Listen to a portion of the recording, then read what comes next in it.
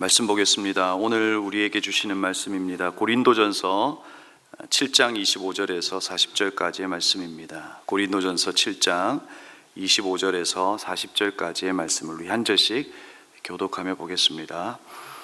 주님께서 처녀들에 대해서 하신 명령을 나로서는 받은 것이 없습니다. 그러나 나는 주님의 자비하심을 힘입어 믿을 만한 사람이 된 사람으로서 의견을 제시합니다.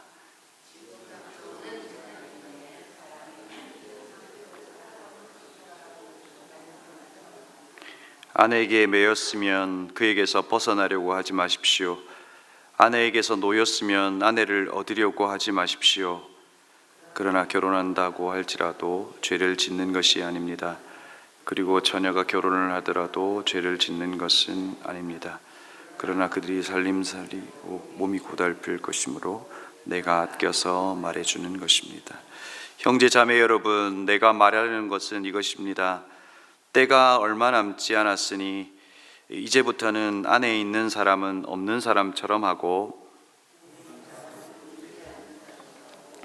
기쁜 사람은 기쁘지 않은 사람으로 무엇을 산 사람은 그것을 가지고 있지 않는 사람처럼 하고 세상을 이용하는 사람은 그렇게 하지 않는 사람처럼 하도록 하십시오. 이 세상의 형체는 사라집니다. 여러분 염려 바랍니다. 결혼하지 않는 남자는 어떻게 하면 주님을 기쁘게 해드릴 수 있을까 하고 주님의 일에 마음을 씁니다. 그러나 결혼한 남자는 어떻게 하면 자기 아내를 기쁘게 할 수 있을까 하고 세상 일에 마음을 쓰게 되므로 마음이 나뉘어 있습니다. 결혼하지 않는 여자나 처녀는 몸과 영을 거룩하게 하려고 주님의 일에 마음을 쓰지만 결혼한 여자는 어떻게 하면 남편을 기쁘게 할 수 있을까? 세상에 마음을 씁니다. 내가 이 말을 하는 것은 여러분을 유익하게 하려고 그러는 것이지 여러분에게 올가미를 씌우려고 그러는 것이 아닙니다. 오히려 여러분이 품위 있게 살면서 마음에 헛갈림 없이 오직 주님만을 섬기게 하려는 것입니다. 어떤 이가 결혼을 단념하는 것이 자기의 약혼녀에게 온당하게 대하는 일이 못되게 생각하면 더구나 이 애정이 격렬하여 꼭 결혼을 해야겠다면 그는 원하는 대로 그렇게 하십시오. 결혼하는 것이 죄를 짓는 것이 아니니 그런 사람들은 결혼하십시오. 그러나 결혼하지 않기로 마음을 굳게 먹은 사람이 부득이한 일도 없고 또 자기의 욕망을 제어할 수 있어서 자기 약혼녀를 처녀로 그대로 두기로 마음에 작정하였으면 그것은 잘하는 일입니다. 그러므로 자기 약혼녀에 결혼하는 사람도 잘하는 것이지만 결혼하지 않는 사람은 더 잘하는 것입니다. 아내는 남편이 살아있는 동안에는 그에게 매여 있습니다. 그러나 남편이 죽으면 자기가 원하는 사람과 결혼할 자유가 있습니다. 다만 주님 안에서만 그렇게 해야 할 것입니다. 내 의견으로는 그 여자는 그대로 혼자 지내는 것이 더 행복할 것입니다. 나도 하나님의 영을 받다고 생각합니다. 아멘. 예전에 이제 청년 사역을 하다 보면 가장 많이 받는 질문이 이제 결혼에 대한 질문입니다. 한 청년이 제가 부임할 때부터 시작해서 자기는 비혼주의자라고 이야기하고 결혼은 절대 하지 않겠다고 이야기했습니다. 꼭 결혼을 하는 것이 성경적 해답이냐라고 묻기도 합니다. 근데 그렇게 이야기하던 친구가 작년에 결혼을 했습니다. 결혼이라고 하는 건 결단의 문제나 어떤 교리적으로 접근할 수 있는 문제는 아닌 것 같습니다. 내가 가지고 있는 어떤 가치관과 생각을 무장시킬 누군가를 만나게 되면 그냥 결혼을 하게 되더라고요. 오늘 설교 본문도 바울에게서 한 그 질문으로부터 시작합니다. 7장 1절에서 너희가 쓴 문제에 대하여 말하면, 그러니까 바울에게 누군가가 서신으로 질문을 던졌고 그 질문 앞에서 이제 계속해서 답을 해나가고 있는 것을 보게 되죠. 질문에 대한 답을 하고 있고 25절에는 내 말이 진리다, 정답이다 라고 이야기하지 않습니다. 의견을 제시합니다 라고 말하면서 자신의 견해를 밝히는 것입니다. 그러니까 우리는 성경을 보고 있지만 사실 성경 안에 있는 이 바울의 이 생각은 자신의 으로 이야기하고 있죠. 물론 오늘 40절에 보면 나는 하나님의 영을 받았다. 그러니까 다른 사람이 말하는 그런 어떤 논리나 이런 것들로 결혼은 이렇다 저렇다 하는 어떤 이야기가 아니라 나는 하나님의 성령으로 이야기한다. 그럼에도 불구하고 이 전체의 이야기는 자신의 견해이다라고 하는 것을 이야기하고 있는 것이죠. 우리는 결혼, 그리고 독신, 이혼, 또 부부의 이 문제, 이와 같은 바울의 솔직한 이야기를 좀 들어볼 수 있어서 좋습니다. 여러분은 결혼에 대하여 어떻게 생각하십니까? 한번 일반적으로 누군가가 결혼을 하려고 하는 사람들이 우리에게 묻는 질문들이 있습니다. 그 질문으로 제가 여러분에게 질문을 해볼 테니까 여러분들이 한번 답을 해보시면 좋을 것 같습니다. 물론 뭐 손을 들거나 뭐 의사를 표시하지 않으셔도 됩니다. 제가 묻습니다. 먼저 이 질문부터입니다. 결혼해야 합니까? 하지 말아야 합니까? 눈빛으로만 확인하겠습니다. 두 번째, 결혼하면 지옥입니까? 천국입니까? 좋습니다. 결혼은 빨리 해야 합니까? 아니면 젊은 시절을 좀 즐기고 해야 합니까? 결혼하고 바로 아이를 가져야 합니까? 아니면 시간을 보내고 가져야 합니까? 부모님이 이혼을 하셨는데 결혼식에는 초대해야 합니까? 말아야 합니까? 결혼하면 재정을 합해야 합니까? 아니면 따로 할 수 있습니까? 답을 좀 하셨습니까? 네, 여러분, 이런 수많은 질문들은 사실 제가 받았던 질문들이고 그 질문 앞에서 동일한 답은 없습니다. 그 사람이 처한 형편이나 그리고 대상이 다르기 때문에 각기 다른 답이 될 수 있다는 것이죠. 그러니까 오늘 사도 바울도 사람의 어떤 형편이나 그리고 그 당시의 시대적 배경이라든지 그리고 그 대상에 따라서 답은 달라질 수 있다. 절대화시킬 수는 없다 하는 것이죠. 그래서 사도 바울이 이렇게 해야 한다 저렇게 해야 한다 단정 짓지 않고 이렇게 할 수도 있고 저렇게 할 수도 있다라고 하는 자기 생각을 이야기합니다. 그래서 오늘 본문을 인용해서 우리의 삶의 적용을 요구할 수 없다는 겁니다. 예를 들어 바울이 혼자 사는 것이 더 행복하다라고 했다. 그래서 결혼하지 말고 독신으로 사는 것이 성경적인 것이야 라고 말할 수 없다 하는 겁니다. 그렇게 되면 하나님께서 돕는 배필을 우리에게 주셔서 결혼은 제도를 만드시고 가정을 이루게 하셨던 그 창조의 섭리에서 벗어날 수 있다. 창조주가 디자인하신 것에서 벗어날 수 있기에 오늘 이것을 인용하고 또 적용을 요구할 수는 없다 하는 것이죠. 그런데 사도 바울은 왜 이렇게까지 이야기하고 있는 것일까요? 특별한 사정이 있었던 것은 아닐까요?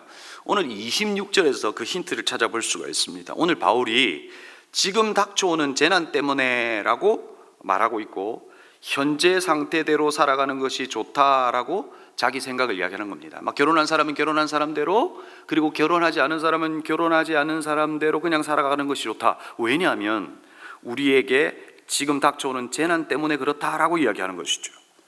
지금 닥쳐오는 재난은 뭘까요?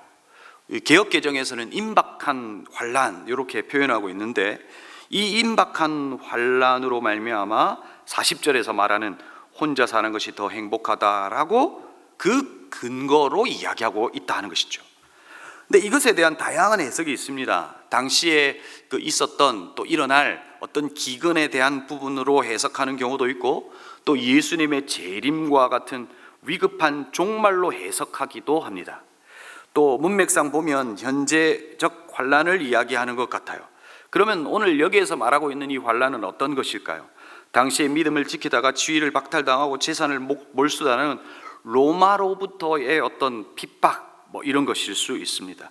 초대교회에 불어닥칠 이 극심한 환란을 예측하고 그냥 지내는 것이 좋다라고 이야기하기도 하죠.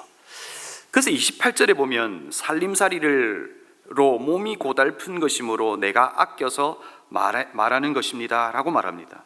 이 말은 결혼하면 진짜 힘들다, 지옥이다 이런 의미가 아니라 임박한 환란 가운데 결혼을 해서 매여 있는 것들이 많으면 힘들 것이니 굳이 결혼해야겠냐 이런 이야기를 하고 있는 것이죠. 물론 여기에서도 상상을 하게 합니다.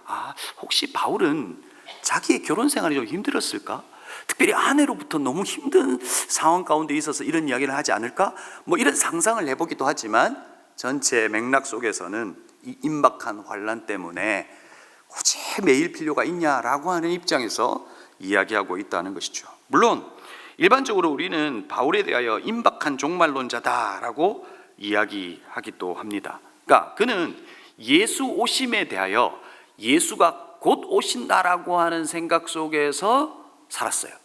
그래서 그는 세상과 또 신앙을 분리해서 설명하기도 하고, 또 곧 오시기 때문에 곧 오실 상황 가운데에서 이 이야기를 하는 경우들이 있더라 하는 것이죠.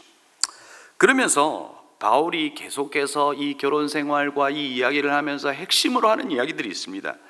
32절에 보면 주님의 일에 마음을 씁시다. 35절에 보면 오직 주님만을 섬기게 하려는 것입니다 라고 이야기합니다. 그러니까 사도 바울은 이 결혼에 대하여 이야기하면서 내가 혼자 사는 것이 좀 더 행복하지 않겠냐, 그냥 매여 있지 않는 것이 좋지 않겠냐라고 하는 자신의 의견은 주님의 일을 더 집중해서 하기 위해서, 그리고 주님을 섬기기 위해서, 내가 이 땅 가운데 살아있는 이 사명을 더 잘 감당하기 위한 목적으로 이야기한다는 것이죠. 바울은 이런 여러 상황은 있지만 결혼을 하는 것이 죄는 아니다. 그러나 처녀에게도 과부에게도 결혼을 하지 않는 것도 좋지 않겠냐라고 하는 생각을 이야기하죠. 다시 좀 정리하면 성경적 진리를 이야기하는 것이 아니라 결혼, 독신, 이혼, 부부 관계에 대해서 현실적인 상황을 고려한 실제적인 권면이다, 이렇게 말할 수 있다는 겁니다. 만약 사도 바울이 이 시대에 살아간다면, 그래서 많은 기독교인들에게 아주 유명한 인플루언서였다면 지금 이 시대 상황 속에서는 어떻게 이야기했을까? 혼자 사는 것이 더 행복하지 않겠냐? 이렇게 이야기했을까요? 아니요, 저는 다르게 이야기하지 않았을까? 하나님의 창조의 섭리를 따라 함께 살아가면서 존재와 존재가 서로의 신앙을 위해서 도전하고 도와주는 그런 믿음의 정진이 부부의 삶을 통해서 있었으면 좋겠다, 이렇게 권면하지 않았을까라고 생각해 봅니다. 여러분, 오늘 말씀은 정리하면 마치 이런 겁니다.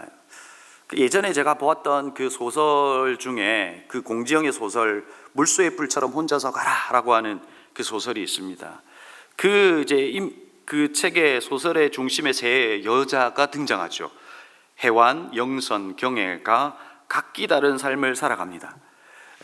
그 여성이 겪는 현실적이고 그리고 사회적 억압과 갈등 속에서 어떤 삶을 주체적으로 살아야 되는지를 이야기합니다. 혜완은 결혼과 가정 안에서 자기의 정체성을 찾고 행복을 찾기 위해서 고민하고, 영선은 사회적 성공을 이루지만 사랑과 인간관계 속에서는 상처를 경험하죠. 경애는 이상과 현실 사이에서 방황하며 독립적인 삶을 살아갑니다. 이 세 사람은 서로 의지하며 살아가고 결국 각자 자신의 삶을 스스로 선택하고 책임져야 한다는 것을 이야기하죠. 그러니까 이들 세 명에게 결혼에 대하여 물어본다면 아마 각기 다른 자기의 삶에서 찾아오는 것으로 이야기할 거다 하는 것입니다. 그러니까 무엇이 옳다 이렇게 말할 수 있는 것은 아니라는 겁니다. 오늘 사도 바울이 우리에게 해주는 이 이야기의 핵심은 무엇입니까? 그 각기 다른 상황 속에서 결혼과 이 모든 것들에 대해서 다양하게 해석할 수 있지만, 우리가 결혼을 하든 하지 않든 우리 삶에 주님을 섬기고 주님께 마음을 쏟을 수 있는 것이 무엇인가가 지금 놓여있는 상황 가운데서 우리가 고민해야 할 것이다 하는 것입니다. 그러면서 우리의 결혼 안에서 좀 생각해 봐야 할 한 세 가지 정도로 한번 정리해 보겠습니다. 결혼은 그리스도 안에서 서로를 빛나게 해 주어야 한다는 것입니다. 오늘 사도 바울이 말하고 있는 것은 매여 있고 그리고 놓여 있어야 한다, 매여 있는 존재가 되는 것이 아니라 서로의 존재와 존재가 만나 서로를 빛나게 해 주어야 한다는 것이죠. 결혼을 하게 되면 어떤 일이 벌어집니까? 우리의 삶에 살아왔던 이 문화적 환경 속에서 오랫동안 몸에 빼어 있던 것들이 그 한 대상에게 들켜버리는 겁니다. 그러나 들켜버리는 그 일은 그 한 사람에게 지적의 대상이 되는 것이 아니라 오히려 나의 부족함을 도와주고 서로 아름답게 빚어져 갈 수 있도록 서로가 도전하는 존재로서 서로 아름답게 이 결혼 안에서 서로를 빚어가며 지어져 가야 하는 존재가 되어야 한다는 것이죠. 그래야 더욱 하나님 안에서 그 아름다움을 유지하고 살아갈 수 있을 것이다. 그리고 두 번째는 이 결혼을 통해서 하나님과의 깊은 관계로의 이끄심이 있어야 한다는 것이죠. 오늘 사도 바울이 말하는 것처럼 결혼이 어떤 우리의 정욕을 해결해 주는 어떤 수단이 아니라 오히려 우리는 더 큰 뜻 안에서 하나님과의 관계의 이끄심이 결혼을 통해서 있어야 한다는 것이죠. 오늘 5절에 보면 읽지는 않았지만 5절에 보면 서로 분방하지 말라, 기도의 틈을 얻기 위해서 한 것 외에는 하지 말라라고 이야기합니다. 그러니까 사도 바울은 끊임없이 우리에게 이야기해 주는 것이 무엇이냐면 하나님을 바라볼 수 있겠냐는 거예요. 결혼하지 않는 것으로 자기의 사명을 이루고 그리고 하나님을 바라볼 수 있다면 그것이 더 유익하고, 그럼에도 불구하고 결혼을 했다면 그 결혼을 통해서 하나님과의 깊은 관계의 이끄심으로 있을 수 있다면 그 결혼에 대하여 동의한다라고 이렇게 말할 수 있을 거라는 겁니다. 그래서 결혼은 하나님과의 관계의 깊은 이끄심이 있어야 한다. 세 번째로는 결혼했다는 것 그리고 가정을 이루었다는 것에 대한 사명이 무엇인가를 깊이 생각해야 한다는 것이죠. 가정을 이룬 첫 번째 사명은 뭡니까? 그 공동체를 이루어서 자녀를 키워서 그 자녀를 뭐 하는 거예요? 그냥 내 사랑하는 내 아들 딸들로 키우는 것이 아니라 이 아이를 잘 분리시킬 수 있도록 이 아이를 키우는 것이 또 하나의 사명일 수 있다는 것이죠. 그래서 또 하나의 다른 공동체로 살아갈 수 있도록. 또 2차적인 또 사명은 무엇일까 하는 거예요. 가정을 이루게 하셨다면 하나님께서 각기 가정 안에 주신 사명이 있을 거라는 거예요. 그 사명을 발견하고 그 사명을 이루는 가정 공동체여야 한다는 거예요. 언제까지요? 주님 오실 때까지. 그럴 때 사도 바울이 이야기하는, 그리고 주님께서 가정을 만드신 이유가 우리 가정을 통해서 이루는 것이 아닐까 하는 생각을 해봅니다. 사랑하는 성도 여러분, 여러분의 결혼 생활은 어떤지, 그리고 여러분의 가정은 어떤지는 잘 모르겠습니다. 결혼에 대하여 또 어떤 생각을 가지고 계신지는 모르지만 여러분의 결혼 생활을 통해서 존재를 더욱더 빛나게 하고 또 그 결혼과 가정을 통해서 하나님과의 깊은 관계의 이끄심으로 이끌어가고 그리고 그 결혼을 그리고 그 가정을 통해서 우리에게 주신 사명이 있다는 것을 기억하고 주님 오실 때까지 그 사명을 잘 감당하는 믿음의 공동체, 믿음의 가정이 되기를 주님의 이름으로 축복합니다. 기도하겠습니다. 우리 시간 첫 번째로는 말씀을 기억하며 기도합시다. 오늘 사도 바울이 자기 의견이라고 하는 이야기를 해봅니다. 시대 속에서 수많은 젊은이들이 결혼에 대하여 많은 고민을 하고 있습니다. 해야 할까 말아야 할까? 왜 그럴까요? 가정의 아름다움을 모습을 보여주지 못함이 아닐까 하는 생각을 해봅니다. 오늘 시간 함께 기도할 때 말씀을 기억하시면서 하나님 우리의 가정이 또 우리의 결혼 생활이 더욱더 아름답게 빚어져 갈 수 있도록 도와주십시오. 서로의 존재를 빛나게 해주는 가정이 되게 해주시고 하나님과의 깊은 관계로의 이끄심이 있는 그런 가정이 되게 해주시고 또 우리에게 남은 사명이 있다는 사실을 이 가정 공동체와 우리의 결혼 생활을 통해서 깨닫게 해주십시오 라고 말씀을 기억하며 기도하십시다. 두 번째로 오늘 목장을 위하여 기도합니다. 하나님 아버지, 목장을 통해서 하나님을 만나게 해주십시오. 가족으로 묶어두신 그 목장을 통해서 하나님을 깊이 알아가는 그런 가정이 되게 해주십시오. 우리 목장을 위해서 기도해 주시고 그리고 교회를 위해서 기도해 주실 때 내일 학습 문답식이 있습니다. 하나님 신앙의 고백을 하는 그 시간을 통해서 자신의 믿음을 확인하는 시간이 되게 해주십시오. 그리고 주일에는 정회원 환영식이 있습니다. 이 교회에 뿌리를 내리는 이들이 환영받고 또 그들이 교회의 일원이 되는 것을 축하해 줄 때 교회 안에서 주어지는 그 수많은 유익들과 또 하나님 안에서 누리는 것들을 누리는 그런 믿음의 새 가족들, 정회원들 다 되게 해주십시오라고 우리 교회 일정을 두고 기도했으면 좋겠습니다. 함께 기도하시겠습니다.